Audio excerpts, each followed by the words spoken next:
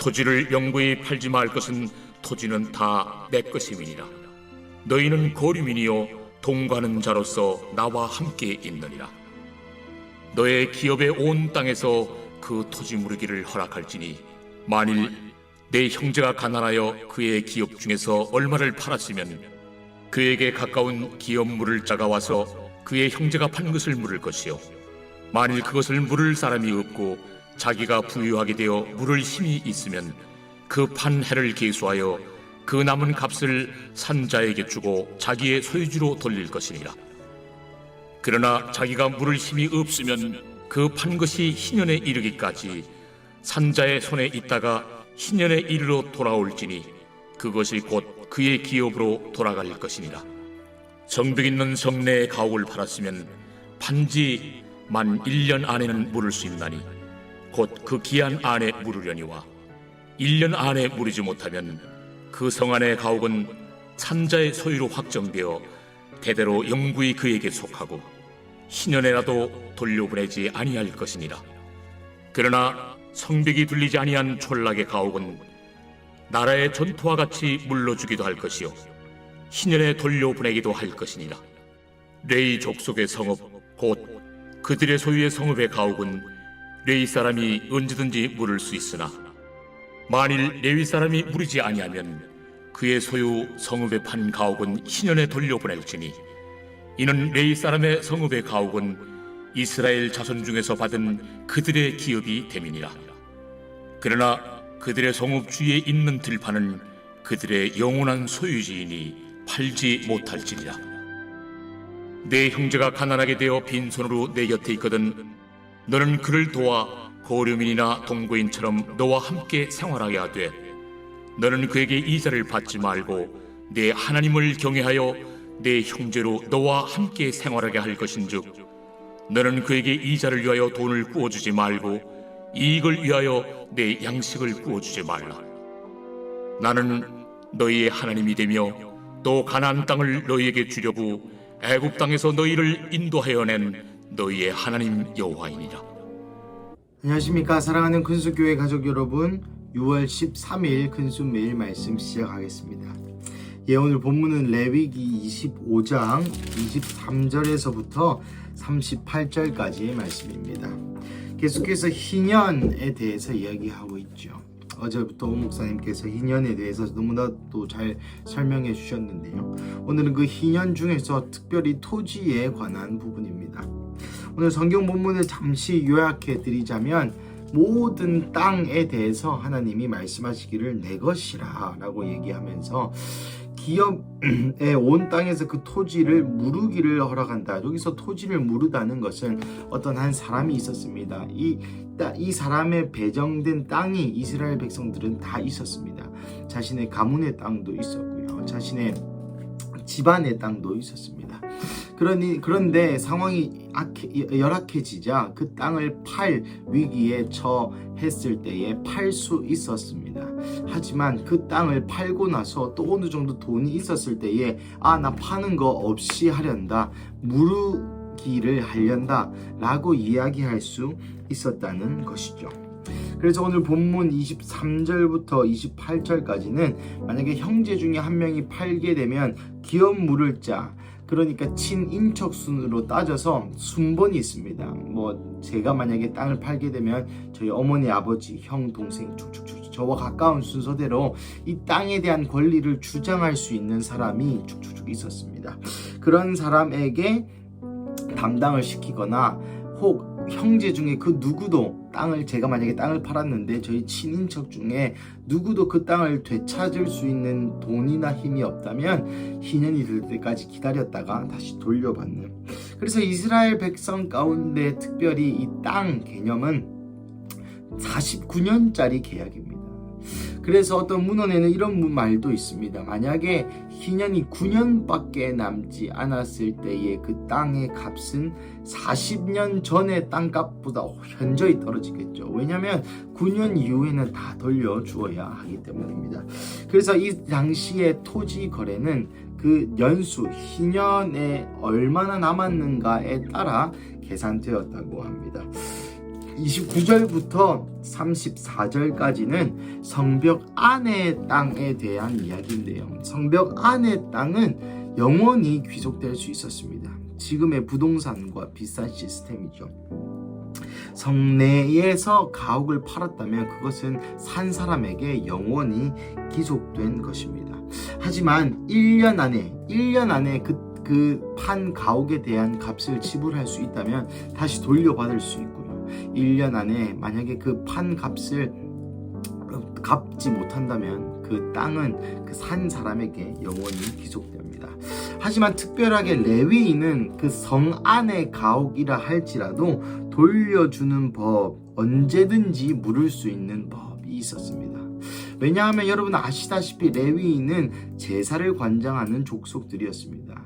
그러니 이 레위 지파는 이 48개의 성읍에 나누어져 살게 된 것이죠. 그리고 성 밖에서 사는 레위인은 없었습니다. 왜냐하면 레위인은 제사하고 남은 11조로 살아가게 되었으며 그 48개 성읍 중에 13성읍은 제사장들의 소유였고요. 그 나머지 6개는 또 도피성이었고, 그러면 48에서 19를 빼면 얼마나 됩니까? 그렇습니다. 29개의 성읍에 또 레위 지파들이 나누어 살았기 때문에 이 레위 지파들이 만약에 성 내에서 집을 잃게 된다면 성 밖에 쫓겨나서 제사를 관장하지도 못하고 제사를 돕지도 못하고 그러한 상황이 연출되기 때문에 레위인만큼은 성 안의 가옥은 언제든지 물을 수 있다, 언제든지 제값을 주면 돌려받을 수 있다라는 법이 있었습니다. 그리고 35절부터 38절까지는 그 형제가 만약에 집을 잃었을 때에 그 형제를 집으로 초청하여서 함께 이자나 어떤 돈을 대가를 바라지 말고 구워주지도 말고 양식을 구워주지도 말고 함께 써라 라고 마지막으로 권면하면서 이 땅에 대한 희년, 그 땅에 대한 희년에 대한 관점에 대해서 법에 대해서 이야기하고 있습니다. 참 이 레위기 말씀은 참으로 묵상하기가 굉장히 어렵습니다. 왜냐하면 이것은 성경 지식이기 때문에 이 안에서 하나님이 우리에게 어떤 말씀을 하시는지 각자가 다를 것이라고 생각되는데요. 저는 이 오늘 본문 23절, 특별히 토지를 경구히 팔지 말 것은 토지는 다 내 것이니라. 너희는 거류민이요 동거하는 자로서 나와 함께 있다 라는 이 표현이 저에게는 마음에 와 닿았습니다. 먼저 우리 또한 그렇다는 것이죠. 살다가 보면은 이러한 착각이 들 때가 있습니다. 이 사업, 이거 내가 잘해서, 내가 열심히 해서, 나의 노력으로 이렇게 된 것이다, 내 손으로 일군 것이다 라고 착각할 때가 종종 있습니다. 하지만 사랑하는 가족 여러분, 모든 것은 다 주님의 것입니다. 우리의 삶도, 우리의 시간도, 우리의 모든 젊음도, 우리의 모든 소유도 다 주님의 것이라는 것을 인정해야만 할 것입니다. 그 인정하는 마음으로 우리가 헌금을 드리고 11조를 드리는 것이죠. 하지만 살아가다 보면 종종 이것을 놓칠 때가 있습니다. 제 삶 가운데도 그렇습니다. 제가 가지고 있는 시간, 제 차, 제 집, 이 모든 것이 사실 제 건 아니지만 모든 것이 제 거인 양 착각할 때가 있습니다. 우리 예수 그리스도를 따르는 사람은 하나님의 것임을 인정함과 동시에 우리가 이 땅에 사는 동안 거류민, 여기서 거류민이라는 것은 소작농을 뜻하는데, 이것은 잠시 땅을 빌려서 그 땅에서 열매가 나면 그 열매의 얼마를 주인에게 주고 그 땅을 빌려서 소작하는 사람을 이 거류민, 소작농이라고 표현합니다. 무슨 의미입니까? 하나님이 이 땅의 주인이신데 그 하나님께서 잠깐 우리의 집, 우리의 차, 우리의 시간, 우리의 돈을 우리에게 맡기셨다는 것이죠. 그러니 우리의 돈, 우리의 모든 것은 하나님께로 빌린 것이므로 하나님이 달라고 하실 때 드려야 된다는 것입니다. 우리 자신도 마찬가지입니다. 여러분, 이 소작농이라는 표현은 참으로 미묘합니다. 소작농이라는 표현과 함께 동거하는 자가 나오는데, 대개 이 동거하면서 소작농들은 노예 혹은 종이었습니다. 노예 혹은 종은 그 주인의 소유이죠. 무슨 의미입니까? 우리 자체도 주님의 것이라는 것입니다. 사랑하는 가족 여러분, 오늘 희년의 땅과 관련해서 선포하고 있지만 예수 그리스도 또 우리의 하나님께서는 분명히 이야기하고 계십니다. 모든 소유가 나의 것이다. 그런데 우리는 이 세상의 삶에서 아둥바둥하지 않을 수 있는 것이죠. 왜요? 어차피 모두가 주님의 것이고 우리가 잠시 빌린 것이기 때문입니다. 그렇다고 막 살아라는 것이 아닙니다. 우리 주님이 말씀하신 것처럼 5달란트, 3달란트, 2달란트, 1달란트, 나아가 그 무익한 종과 성실한 종의 비유에서도 알 수 있듯이 주님께서 우리에게 맡긴 것을 우리가 잘 가꾸어서 주님께서 우리에게 맡긴 만큼 그만큼의 소출을 내야 되는 것이 또 종의 사명이자 직무라는 것이죠. 사랑하는 가족 여러분, 오늘 하루 가운데 주님이 우리에게 맡겨 주신 것들은 무엇이 있습니까? 그것으로 인하여 첫 번째 감사하시기를 축복합니다. 두 번째, 그 주님이 우리에게 맡긴 것으로 우리가 어떤 것을 해야 될지 한번 고민해 보시기를 주님의 이름으로 축복합니다. 우리가 거류민이요 동거하는 자로서 주님의 신실한 종으로서 우리 주님이 지금 우리의 모습을 보고 판단하실 때에 착하고 충성된 종아 네가 잘하였도다 라고 말씀하실지, 악하고 게으른 종아 네가 왜 이렇게 사느냐 라고 말씀하실지 한번 묵상해 보시고 오늘 하루의 삶 가운데 주님의 밭에 소출을 내는 그러한 유익한 종으로 착하고 충성된 종의 삶을 사시기를 주님의 이름으로 간절히 축복합니다. 우리 함께 기도하시겠습니다. 사랑하는 하나님, 감사합니다. 희년의 모든 땅이 돌아올 것을 선포하신 주여, 하지만 그 희년에 앞서서 또한 모든 땅이 하나님의 땅임을 선포하신 하나님, 시간 다시 한번 고백하는 것은 우리가 가진 그 모든 것이 하나님의 것임을 인정합니다. 그래서 주님, 이 땅에서의 모든 것을 나의 것으로 주장하지 않겠습니다.